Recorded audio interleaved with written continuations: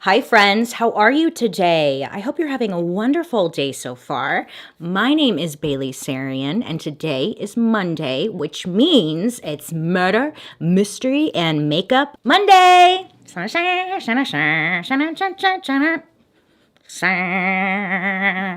If you are new here, hi. My name is Bailey Sarian, and on Mondays, I sit down and I talk about a true crime story that's been heavy on my noggin, and I do my makeup at the same time. If you're interested in true crime and you like makeup, I would highly suggest you hit that subscribe button because I'm here for you on Mondays. I'm out of breath. I was thinking I should get some clothes because some of the common comments I see when I read my YouTube comments, it's like people a lot of the times think I already did this story. And my thought is maybe it's because I'm always wearing black or gray. My hair's always the same. Maybe because I just always look the same. Do you think that's why? Because none of the stories I've uploaded on my YouTube has been a duplicate. I've never put up a story twice. But I see the comments all the time. I'm like, is it because I'm just I look the same? I guess so. Help me help you. Hopping in here because today's video is sponsored by HelloFresh. What is HelloFresh, you ask? Well, get mouth-watering seasonal recipes and fresh, pre-measured ingredients delivered right to your door with HelloFresh, which is America's #1 meal kit. HelloFresh makes cooking at home fun, easy, and affordable. HelloFresh offers so many recipes to choose from each week to help you break out of your recipe rut, because let's admit it, right now, not even right now, I just think this is an adult thing where it's just what do you eat? Anyways, with HelloFresh, it cuts out stressful meal planning and prepping so you can enjoy cooking and get dinner on the table in just about 30 minutes. Or even they have a 20-minute option. It's called the quick and easy option. Quick and easy. It's my middle name. With HelloFresh's pre-portioned ingredients, that means there's less prep for you, okay? And then there's less wasted food. Because when you have to go buy a bunch of ingredients, and it's I'm never going to use this again. When am I going to use cloves? How often do you... Don't get me started. I love HelloFresh because it's super easy. It breaks down the recipe step by step, visual. So if you're a visual person, you see it and you're okay, I have to do that. Hey, some of us, pictures, we need them. With HelloFresh, it's just given me a lot more confidence being in the kitchen. Normally I start kitchen fires. I've mentioned this before, but I haven't started a kitchen fire. Knock on wood. There's no wood here, but I haven't started one since we moved. Well, does that count? It was in the oven. Right now, you can go to HelloFresh.com and use my code Sarian12 to get 12 free meals, including shipping. Get your grub on, okay? A big thank you to HelloFresh for partnering with me on today's video, but most of all, big thank you to you guys, because without you, I wouldn't be making this video right now. Okay, now back to my no makeup face. Warning, the following presentation is intended for mature audiences. It contains graphic descriptions of crime scenes, adult dialogue, and strong language. Viewer discretion is advised. This week, we are going to talk about a serial killer. I'm using silver clips this time because last week you all thought I was a fairy. So let me use silver, okay?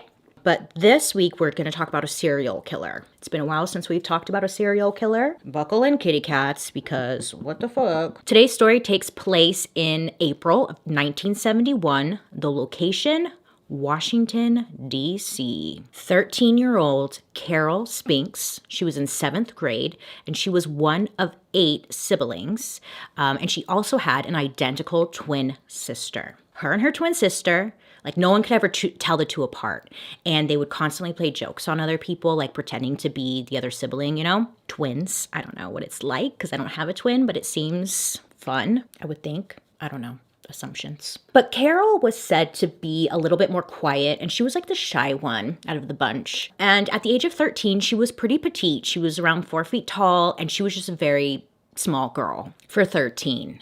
You get it. On Sunday, April 25th, Carol and her sisters are inside of their home, and they're just playing. Their mother comes in. She comes up to them. She's like, hey, I'm just going to step out really quick. I'm going to go visit one of our relatives down the street. You guys stay inside the house. Don't open the door for anyone and do not leave the house. And they were like, okay, And then the mom leaves, right? Okay. So the kids are just inside the house playing.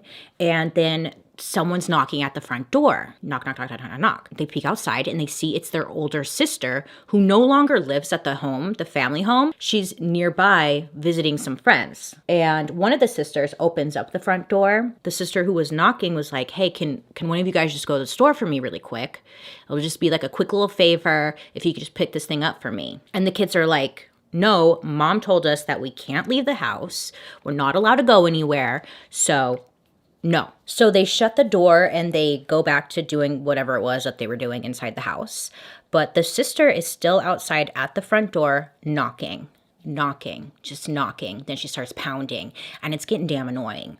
So Carol, she gets up, she opens up the door and she's like, fine, I'll go to the store for you. What is it that you want? You know, Carol, she ends up doing this favor for her sister and she heads out to the 7-Eleven store. Well, first of all, why the sister just couldn't go herself, we don't know.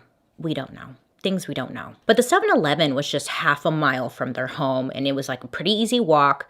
So Carol heads out. Now, while Carol is on her walk, she actually runs into her mom who sees Carol and is super pissed. She's like, didn't I tell you not to leave the house? Like, what are you doing? Why are you out here? You know? And Carol explains the situation and her mom is like, okay, I'll watch you to make sure you get into the 7-Eleven safe, but I better see you back at the house and like don't stop anywhere else.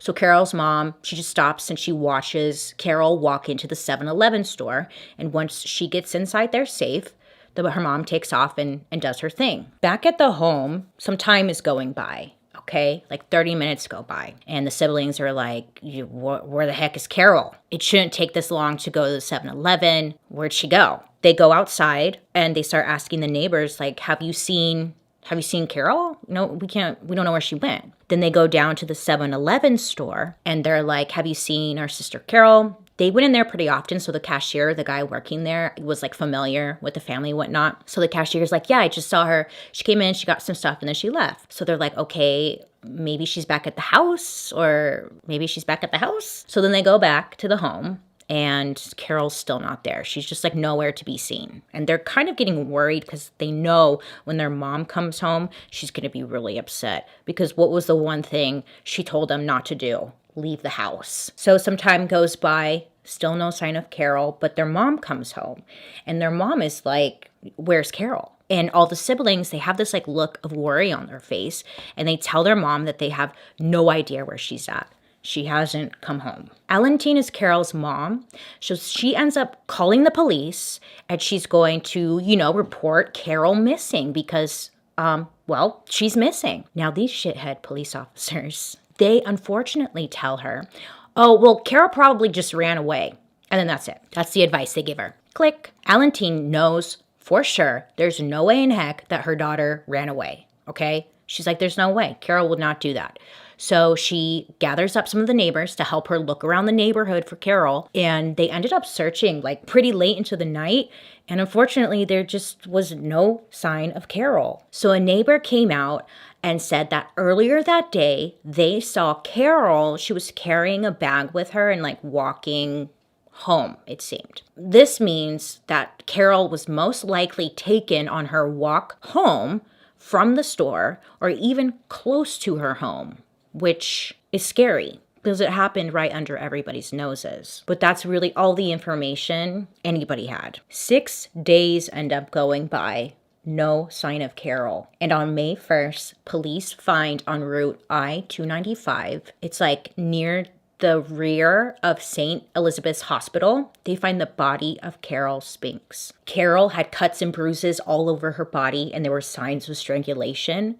She was fully dressed, but her shoes were missing. Homicide detectives, they have to go to Carol's family. They went to Alantine and they tell her, like, we found Carol's body, and it was just devastating news to the family. Plus, on top of that, a lot of the siblings felt a lot of guilt for letting Carol leave the house in the first place. So a coroner report comes out, and it said that Carol suffered wounds to her face, neck, and hands. One of the strangest things of all was the fact that there was food that was undigested in her stomach. So medical examiners believe that Carol was alive for most of the time that she was missing because of the food in her stomach. Poor Carol was held hostage somewhere for a couple of days. So the police are now searching for who this murderer could be. But during this time in Washington, D.C., there were large protests happening, protests against the Vietnam War. So the Capitol was taken over with thousands of protesters, rallies.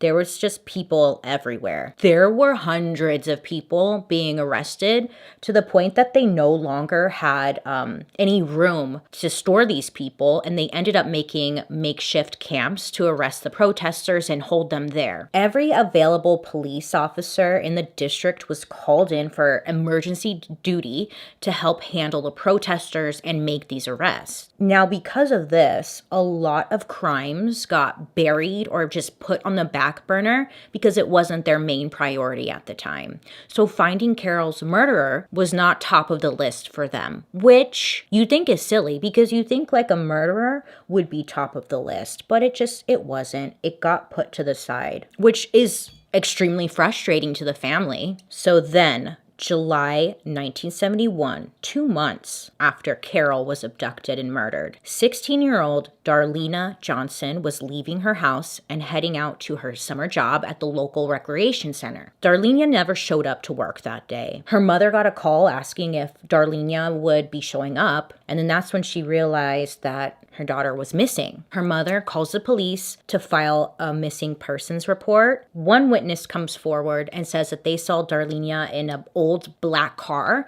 and it was driven by an African-American male shortly after her abduction. But that really doesn't lead to anything. They just thank you for that information. And that's as far as that went. Time passes once again with no answers. This was a little different because in the following weeks, Darlena's mother, she got a bunch of random ass phone calls. Whoever was on the other end wouldn't say anything.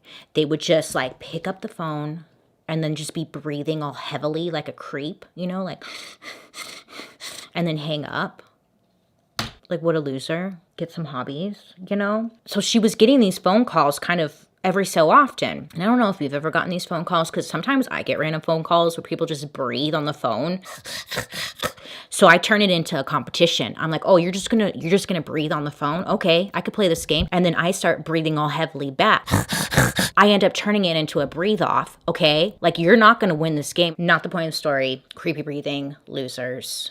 Get some hobbies. Anyways, but these calls would keep happening. Okay, so Darlena's mother would pick up the phone. Someone's breathing. But Darlena's mother said that she just had this gut feeling that it had to do with her daughter. Either her daughter was on the other line, and she had nothing that was going to prove that. It was just her gut feeling. But I think it's safe to say, that when your gut feeling tells you something, stupid gut, it's always on point. She tells police this, but again, there's really nothing they could do. They're like, okay, do you have any proof? No, your gut is not your proof. But then she received one final phone call, which was a man on the other end who said, quote, "I killed your daughter," then hung up. Wait, how did he get the number? Oh my God, I didn't even think about that. Was it someone that she knew? I didn't even think about that. So after she gets this phone call, for good reason, she picks up the phone, calls police, but there was no technology yet that was actually able to help trace the phone call. And again, there just really wasn't anything that the investigators could do with this information. They're like, oh, wow, we'll take note of that. Okay, but then get this, because this will piss you off. I'm sorry, but it will. Anonymous caller calls up the police department. This person says that they believe that there was a body alongside the I-295, but for some odd reason, this call just wasn't taken seriously, and time went on. Then, on July 19th, 1971, an officer spots a body alongside the road of the I-295. Oh, what are the odds of that, Her body was dressed, but without shoes. There were signs of strangulation, but the body had been in this spot for at least 14 to 15 days in the hot sun, which led to like serious decomposition, and investigators were unable to ID the body based off of their face. Police checked the missing persons report, and based off of the report mentioning the clothing that was worn at the time of the disappearance, they were able to ID the victim as Darlenia Johnson. Now, because of this decomposition, they could not fully determine the cause of death, but it's believed to be strangulation. Now, Darlenia was found 15 feet away from where Carol's body was found months prior. I mean, it wasn't until later news came out that an anonymous tip had come into the police department. It's like they didn't want to admit that this happened.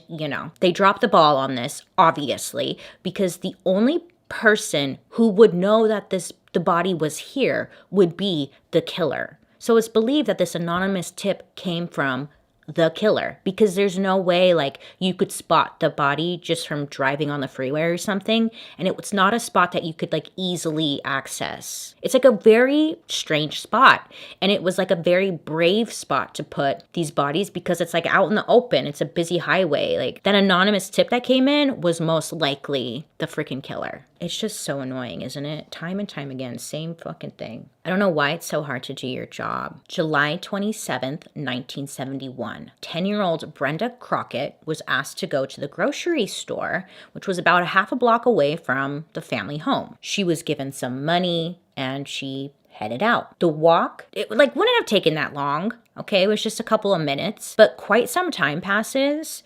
And when Brenda is gone for over an hour, the family knew something was wrong. So Brenda's mom is getting all worried, like, where the heck is Brenda at? So she heads out of the house and starts looking for Brenda. While Brenda's mom is out searching, the phone rings back at home. Now Brenda's younger sister, who was only about 7 at the time, she picks up the phone. Brenda is on the other end. Now Brenda was crying and said, quote, "A white man picked me up and I'm being sent home in a cab." And then the call just ends. A few minutes later, the phone rings again. Now this time, Brenda's stepfather picks up the phone, and it's Brenda on the other end again. And he's telling her like, "Where are you? I can come get you. Just tell me where you are." And Brenda said that she thought she was somewhere in Virginia. And then she asked her stepfather, "Did my mom see me?" And her stepfather is like, "What do you mean, did your mom see you? If she saw you, she would have gotten you." Then he asked Brenda if the man can come to the phone and he could talk to him really quick. So then he said that he hears heavy footsteps in the background, but then the call just ends. Now, it's believed Brenda had asked if her mom had saw her because whoever the killer was trying to get information if they were spotted or not, but that was just their theory. They don't really know what she meant by that, but they think that the killer was telling her to ask that question. So the next morning around 5:50 in the morning, a hitchhiker was walking alongside Route 50 near Prince George's County, Maryland. The hitchhiker comes across 10-year-old Brenda's body. Brenda was fully dressed, but again, her shoes were missing, and she had a scarf which was knotted around her neck. Now, after this, families in the area were getting scared, worried, terrified, angry, believing whoever's doing this is going to come after them, their kids, and police had no movement on these cases. They had no leads, and there was a lot of distrust happening between the community and the police department.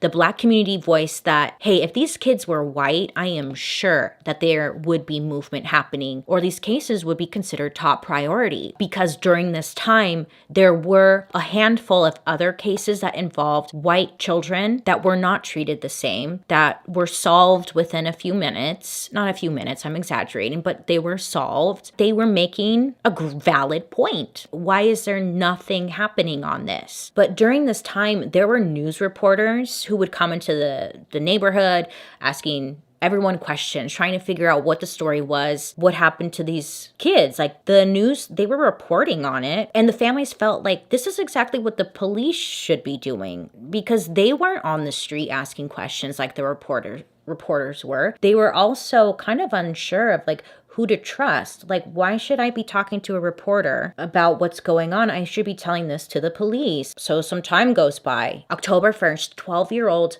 Nenemoshia Yates, she was at home in Northeast Washington. Her father asked her to go to the store, which was only 1 block away. Look, this is in the 70s. It was normal for, kids to go walk to the store by themselves. Yes, the news were reporting. They were reporting on this, but like not everybody was aware of what was going on. Because I just know, some of you are going to be like, why would you let your kids walk? Because it's not like it is today. Okay. So her father asked her, can you go to the store? It's just grab a couple of things for dinner. Thank you so much. So she agrees and heads to the store. Should only take a couple of minutes. She gets there, she gets the items she needs, and she's seen leaving the store and she's walking home. Now, unfortunately, between the store and her walking home, she never made it. And it wasn't even a far walk. So it's just like, whoever this person was doing it quick. And then 3 hours later, in nearby Prince George's County off of Route 4,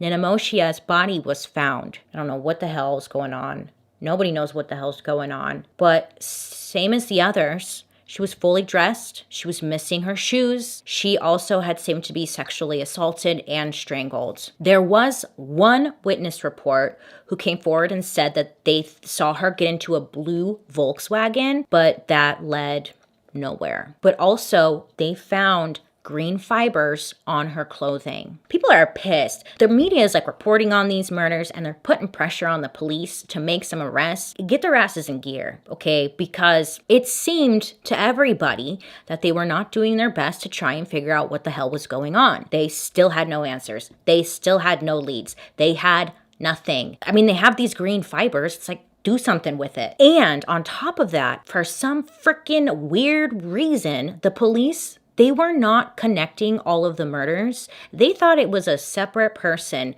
doing these murders. It just was a mess. But there was one news source who believed that it was a single killer, and they dubbed them the Freeway Phantom because they believed this killer was using the I-295 as their main way to stalk and pick up their victims and then make their escape. The FBI finally steps in. Now they go through all the evidence from the victims' bodies, and that's when they realized that all 4 of the victims had been strangled. They all had their shoes missing, and then they all had this green fiber that was found on their body. But the FBI was like, most likely these 4 murders were committed by the same person. Whoever this person was believed to be DC's first serial killer.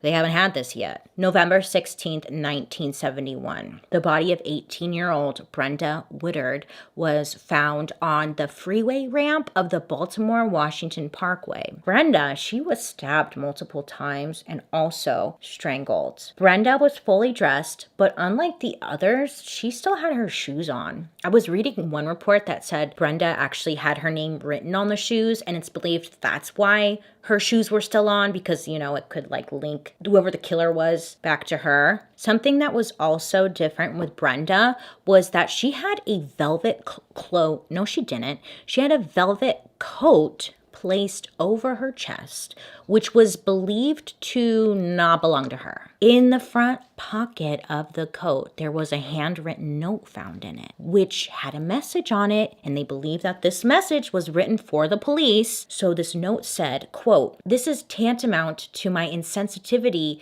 to people, especially women. I will admit the others when you catch me if you can. Freeway Phantom." Now this note is handwritten, and they're like, okay, what does it mean? They don't seem to be the brightest over there. They're like, oh God, look, a note. What does this mean? Wow, notes. So police, they're like, hey, let's maybe get a closer look at this note, and let's do a handwriting comparison and see if that can lead us somewhere. So they do just that. And then they realize the note was actually written by Brenda. They compared it to her handwriting. And the note was also written on her own notebook paper. They thought it was odd because there was no sign of stress in the handwriting, which to me was mind-blowing because I was like, you can determine stress in handwriting, the things you learn, but they can. So they're looking at their handwriting and they notice that there's no shaking in the writing. It was evenly written and it was very clear, which to investigators made them believe that maybe Brenda knew her killer The word tantamount stood out to investigators because it's just not a word you hear people use all too often. No leads, no nothing, but at least they have this note and tantamount. Great. 10 months go by, and they actually thought that maybe whoever was doing this was going to stop because 10 months is obviously a long time. Okay, great. We determined that. September 5th, 1972, 17-year-old Diane Williams went to visit her boyfriend that evening. And to get there, she had to take the bus and whatnot. So she did that. After hanging out with him for the night, Diane and her boyfriend, both of them walked together to the bus stop. They waited for the bus to arrive. Her boyfriend hung out with her the whole time, watched her get on the bus. It was like around 11:30 at night and headed home. Now, unfortunately, sadly, Diane never made it home. Sadly, Diane's body was found like a few hours later on Route I-295 southbound. She was fully dressed. Her shoes were missing, but they did find semen on her clothing, like on her jeans. Now, originally investigators assumed that the semen was from her boyfriend, but it was later determined to not belong to him. Also, on Diane, there was a small green fiber found on her. Now, they were believing that this green fiber may have come from like inside of a car, but they really weren't sure. So police end up pulling out like their huge file a list of predators and potential suspects. And they're just hoping to try and find like some kind of connection to somebody, right? They come across this local gang named the Green Vega Rapists. These people, they hung around Washington, D.C. and the Maryland area. Now, they were known to like kidnap and rape victims in the area. So they questioned some of the members individually. So some of the people that they questioned were like, there's this inmate over at the Lorton prison. This guy might have some information regarding the case, like go talk to him. And then investigators go out and question this inmate. Now, this inmate agreed to talk to police and give information with two conditions: if they could help him get a lesser sentence and if he could remain anonymous. So investigators are like, yes, we'll do that because we don't have anything. So they're asking him questions and he seemed pretty credible. So they're like, okay, we're going to take this guy out on a couple of ride-alongs and see if he knows where the victims were dumped, and it will kind of test him to see if he is indeed credible and he's not just making this up to get out of prison, blah, blah, blah, Now, this inmate, he was able to describe what the victims were wearing and where they were dumped. But there were some inconsistencies in this guy's story. He might know what's going on, but there's still like things he's not getting right. So they take him out on another ride-along. It's like the second time they're out. And while they're driving, they're listening to the radio. So during this time, there was an election going on, and one of the candidates publicly announced to the press that they had a break in the case, that an inmate from the Lorton prison had provided information to help get this case closed. Now, this candidate, he was mentioning it publicly in hopes to win people's votes because he was harsh on crime and gonna get this solved. Because that's what a lot of politicians do. They don't necessarily care about the crime, they care about the numbers, especially before an election. So they're in the car. This is on the radio. The inmate hears this. He starts to freak out. I asked you if I could be anonymous. People are going to figure out it's me. People are going to know that I'm the one who told authorities this information. So after he hears that, he pulls out from his own fear of being outed and declined further interviews and denied that he ever provided information to the case in the first place. They just keep dropping the ball over and over again because it sounded like this guy knew who did it or was involved in some way, and I don't know. But then the police were like, nah, he didn't know what he was talking about, and they're like kind of downplaying it because they don't want to seem like they dropped the ball. Does that make sense? It's just such a shit show. So many believe that the Green Vega people, they weren't even involved in these murders in the first place. Okay, because this guy, his confession or whatever, it wasn't consistent. But the Green Vega didn't come out until 1972, which was after when some of these crimes had taken place. Maybe they're not involved. I don't know what they're thinking because it doesn't really seem like they're thinking, but they're looking at other suspects. So they look for another suspect. They come across 58-year-old Robert Askins, who was a computer technician. Now, Robert over here, he had been previously charged with abducting and raping a 24-year-old woman in Washington. So with one of his victims, Robert had the victim write a note, and it was like very similar to the situation with Brenda. the one with the note. They also discovered that Robert seemed to use the word tantamount pretty often. When investigators went and asked his colleagues at the National Science Foundation where Robert was employed, they informed investigators that Robert used this word, tantamount, pretty often in his speeches. So a search warrant was issued and documents and stuff was gathered from his home, but there was no physical evidence that was found that linked Robert to the crimes. I mean, can you really convict someone just based off of a word? They had nothing on Robert and he was never linked to it. Now, later on in life, Robert ended up dying in the Federal Correctional Institution in April of 2010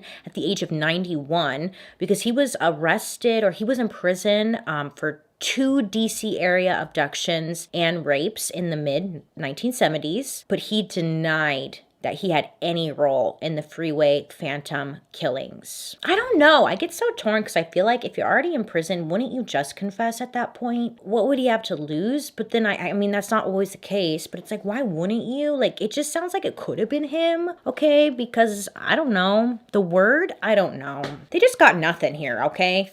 So then there were some other suspects. Their names were Edward Sullivan and Tommy Simmons. Now, these 2 bastards were 2 ex-cops who were arrested for the murder of 14-year-old Angela Barnes. Angela Barnes was originally thought to be a victim of the Freeway Phantom. Authorities determined that Angela, she was not linked to the serial killer, but it's a real suspicious because she was found within the same area as the other victims, and it was around the same exact time that the other victims were found. So you would think that she would be considered part of the serial killer, right? I mean, right? Hello? But Angela was found with a gunshot wound, which is why investigators believe that she was not a victim to the serial killer because none of the other victims had gunshot wounds. But the age range, the location of the victim, the timing, it was very similar. When word came out that the 2 ex-cops had murdered Angela, now this came out into the community and everyone's see, this is why we can't even trust the police, because it's them. It's them. Who do you trust? Why these 2 were not considered to be involved with the other murders is just beyond me. I mean, I guess the gunshot wound makes sense, but that's it. That excludes them. I just couldn't find a concrete answer as to why they were not connected. I found a lot of assumptions as to why they were not connected, and I just don't freaking know. Kind of seems like they could be though, right? So over time, this case ends up going cold. And then in 1987, a new sergeant came into the district and she started to just work on cold cases. So she opens up this one. She pulls out all the books, pretty much track everything when it comes to this case. It has lists and lists of just evidence that they pulled, the dates, what it was, all that stuff. So she opens up the books and she realized that a lot of the evidence, 99.9% of the evidence, had been destroyed with dates as to when the item was destroyed. So when they went to the crime scenes and they picked off the green fibers, the freaking velvet coat and everything, there was no physical evidence left in regards to this case. It was all destroyed. You want to talk about cover up? Okay, because I think there's something going on there, isn't there? Because in order for evidence to be destroyed, an officer has to prove that the case is no longer open. The sergeant assumed that because the case had been forgotten over so many years, they must have just assumed that it was closed and then they destroyed everything. I bet you, after those cops got arrested, I bet you that's when it was destroyed. I bet you. That was their reasoning as to why it was destroyed. Great answer. Oh yeah, it's just been sitting here forever, taking up space, so it must be closed. Let's destroy it all. So this new sergeant, she realizes this error, and she's like, now I have to rebuild this whole story. So she calls up the FBI. She's able to get the coroner's reports about the victims regarding the case. It's not everything, but I mean, it kind of helps. They go back to the victims' families and they ask for pictures and clothing, items, just things in hopes to build profiles around the victims. But the families, that's when they find out everything's been destroyed and they're like, what the fuck are you guys doing? Again, they have no trust in this system because you guys destroyed all the evidence. The sergeant, she's able to gather a lot of notes and paperwork regarding the case, and she just tries her best to rebuild everything. But unfortunately, there's just no physical evidence any longer, which is a huge loss. And I just feel like that's not even the proper word, because it's not even a huge loss. It's a tantamount loss, whatever the hell that word is.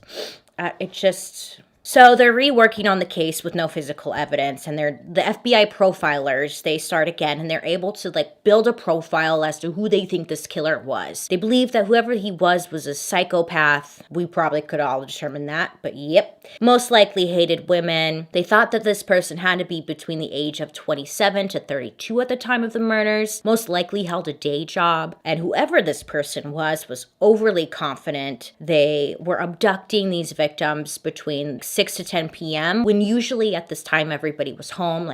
They would come home from work, start having dinner and stuff. Kids are playing outside. So it's just not an ideal time to abduct anybody because the chances of getting caught is very high. It's very ballsy of them. They believe that it was possible that the killer actually knew some of the victims and that they were able to gain their trust because of how quick it seemed to happen. And then based off of the dump sites, I hate that. Dump sites, that's a term that they used. It just sounds so, it doesn't sound nice. I don't know. Anyways, based off the dump sites, they were able to determine that the killer is most likely familiar with the area and most likely comfortable there as well, which makes them think that they probably lived in the area, right? Maybe they worked in the area. Maybe it was just a location that was important to this killer. They felt safe enough to drop people there. So unfortunately, time passes, still no leads. The new sergeant who reopened the case, she retired in 1994 with no closure and no arrests made. To this day, the Freeway Phantom killer still remains a mystery. Yep. Law enforcement 100% dropped the ball on this case by destroying the evidence. Some believe that they just wanted to get rid of this case in general and cover their tracks for not solving who this person was. But I think that's safe to say because technology has evolved so much that this crime could have been solved. There was DNA on the victims, freaking those fibers, the note maybe. I mean, this crime could have been solved these days, and it's just so unfortunate that these shitheads destroyed the evidence. They fucked up big time. Prince George County Police are still actively investigating the murders of all 6 Freeway Phantom victims. If you have any information, please call Prince George's County Crime Solvers at 866-411-TIPS, TIPS. Like I said in last week's video, people like to talk. Us humans, we like to talk. No secret ever stays a secret. Somebody has to know something. Somebody heard something. Somebody knows something. Somebody knows. And if you know, please come forward and call the Prince George's County Crime Solvers. Let these victims' families get some goddamn closure, please. Look for the shoes. Where did the shoes go? Shoes? All the shoes were missing. Where'd they go? The shoes. Someone's gotta know something. I'm sorry to do 2 back-to-back unsolved mysteries, but these 2 were just heavy on my noggin. Last week's and this week's. I was like, how does this one go unsolved for this long? How did they fuck up that bad? The police department? Give me a break. Anyways, I would love to hear your guys' thoughts down below. I wonder if this person is still out there. I wonder if they struck again and we just didn't connect the dots because for some reason people don't like to connect dots. I hope you have a good rest of your day. Please make good choices out there. Other than that, I hope you have a wonderful rest of your day. You make good choices. I'll be seeing you guys later. Bye.